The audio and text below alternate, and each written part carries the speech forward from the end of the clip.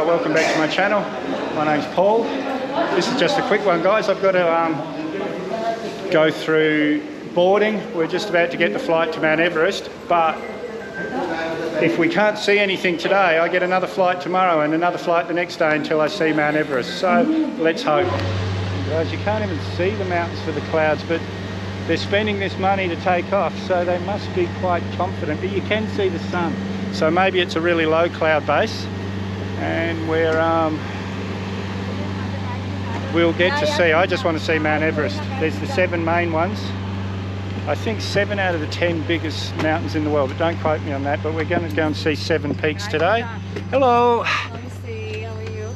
And what I want is number 10. He's 40, I'm sorry. You're all right, and here's my seat. Can't see much out there now, but let's hope that we get above the clouds and everything's clear. There's Kathmandu down below us there, and you can see all the clouds. And yes, almost straight away we're above the clouds. I'm excited. So guys, I was very lucky there was an empty seat, so I can sit here as we're heading away and see the mountains and go back to my own seat. There's Lantung there, the big fat one. I really hope GoPro's doing this justice, but this mountain right in front of us here, it's the holy mountain. No one's allowed to climb this one. Look at this. And I'll be able to get some better shots when on the way back, because I'll be on the other side away from the propeller. Oh yeah, this is much better, guys. That's Everest, the pointy one right there. Yeah, triangular one is in Everest. Yes. Right side of Everest is 4th highest Lhotse. Left one is Lhotse, and this one is Makalu, 5th highest. Okay. Pointed one is Makalu, 5th yes. highest.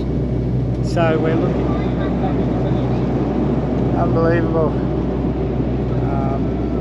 I put a lot of stuff in before when we were heading the other way, but because the sun was in our eyes and I was right under a propeller, it didn't work very well. So this might be the first bit of footage that you see, because you can see there with the sun it's not as good. Unbelievable. Mount Everest. And we're flying at 21,000 feet. So this is twice as high as you'd skydive from. And we're still lower than Mount Everest. And I was talking to the guide, stewardess, but they come around and tell you which mountain's which and everything. The snow is disappearing. Years ago, I remember places in the Andes that I went to that used to be glaciers and now they're lakes, especially in Peru. The glacier that supplies the Amazon River used to cover as far as the eye could see, like all this snow, but now it's just this tiny one little mountaintop. Look at this, guys. And there's another view of Mount Everest behind us there. Yeah, so if you get a choice, guys, and you're doing this flight, get on the right hand side of the plane. Look at that, see how unclear that is, but then that's just beautiful. And guys, over here is the holy mountain. They're not allowed to climb this mountain. I don't understand why. I'll try and find out, but yeah, it's considered holy. Well, that truly was amazing, guys. In case the GoPro hasn't done it justice, I'll put a few photos in here. I took a few good photos, I think. You'll be able to judge for yourselves. Yeah, just amazing, guys. Well worth the $240 US, so about 320 Australian, I guess. Worth every cent. I would have liked to have done the helicopter, but that was well over $1,000. I just couldn't justify it. This is my hotel, guys, the Grand View. Hotel Grand View, Kathmandu. The airport's just over there. So it was really, really close for the flight. That's why I picked this one. And I've been battling with the stairs. I just realised if I'd been here in a couple of months, it would have had a lift instead. I wouldn't have had to battle with those stairs. Oh yeah, that's why. I'm trying to open this door and it's locked. This is the terrace upstairs. The boss was just telling me that they're going to put a bar up here. Look at this, guys. Just amazing. I don't know if you can see it, but you can see the airport sonar things up there. Radar. It's Kathmandu over there. Mount Everest is sort of that direction. Just amazing, guys. Once you get up over these foothills, the other side, and even now where the clouds are, the mountains would be up above those clouds. This morning was amazing, but you've already seen that. Yeah, guys, this is a really good hotel. It's about $22 US a night, $34 Australian, worth every cent. Really clean and nice. They're cleaning my room now, so I'm just killing some time. Kids playing cricket up on the hill. Morning. This is Chandragiri Hills. This is Kathmandu down the bottom of the hill there. Took me about 45 minutes ride up here. And for once, and my regulars are going to not believe this, but instead of getting cloudier and cloudier as I headed up the hill, it's got clearer and clearer. So I wasn't sure if I'd get on the cable car today, but I'm definitely going to do it now. I'm not sure how much it costs. This is the entry here. Look at this, guys. So that's about 3,000 rupees or 22 US return, so about 30 Australian return, which is a bit of money to be spending, but guys, I wasn't missing this. Look where we are, and even in the clouds. I'm very excited. And away we go, guys. These are my cable car mates, and heading up the hill. I'm not sure what's at the top. I didn't do any research whatsoever from this, except that there's a cable car, but it's quite a steep ascent up to the top. And there's Kathmandu at the bottom.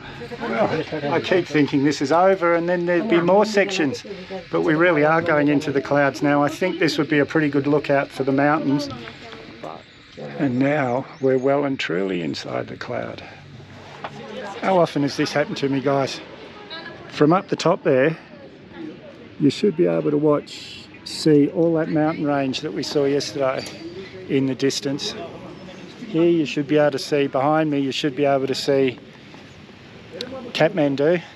But as you can walk up the top here, guys, and that's the lookout for the mountain range.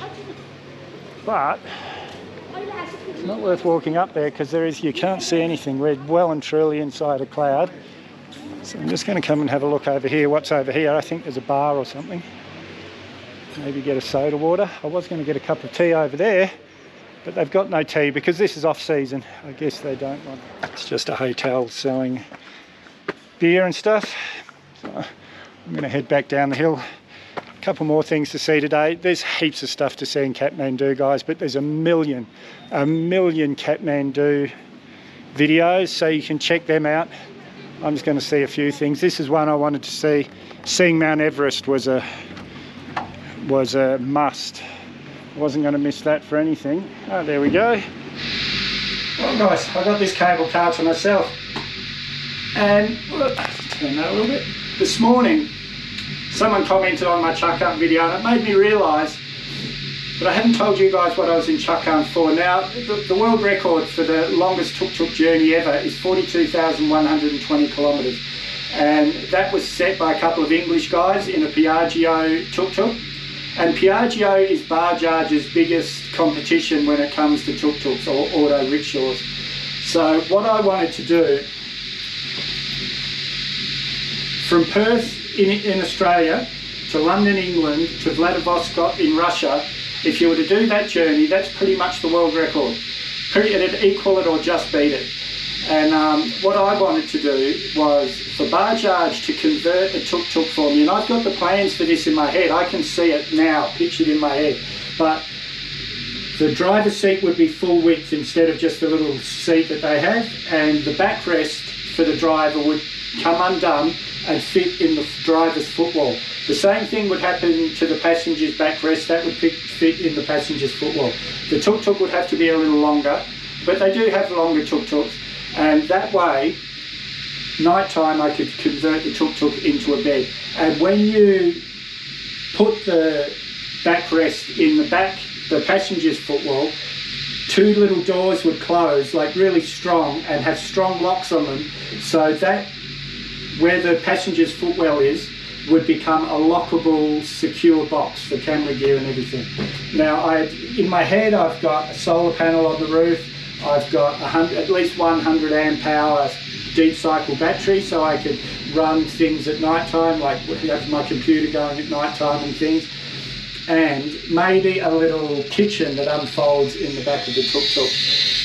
Now, once I got to Vladivostok, Perth to London to Vladivostok, I would have got the ferry to South Korea, then the ferry to Japan, then a ship either to Anchorage in Alaska or Vancouver in Canada. Vancouver's a lot easier, there's ships going there all the time, so that's probably what I would have ended up doing. And then doing the Pan American Highway all the way down to southern Argentina, to Ushuaia, which is the most southern city in the world, I believe. And that would have been about 60,000 kilometres. It would have smashed the Guinness World Record and made it pretty much unbreakable.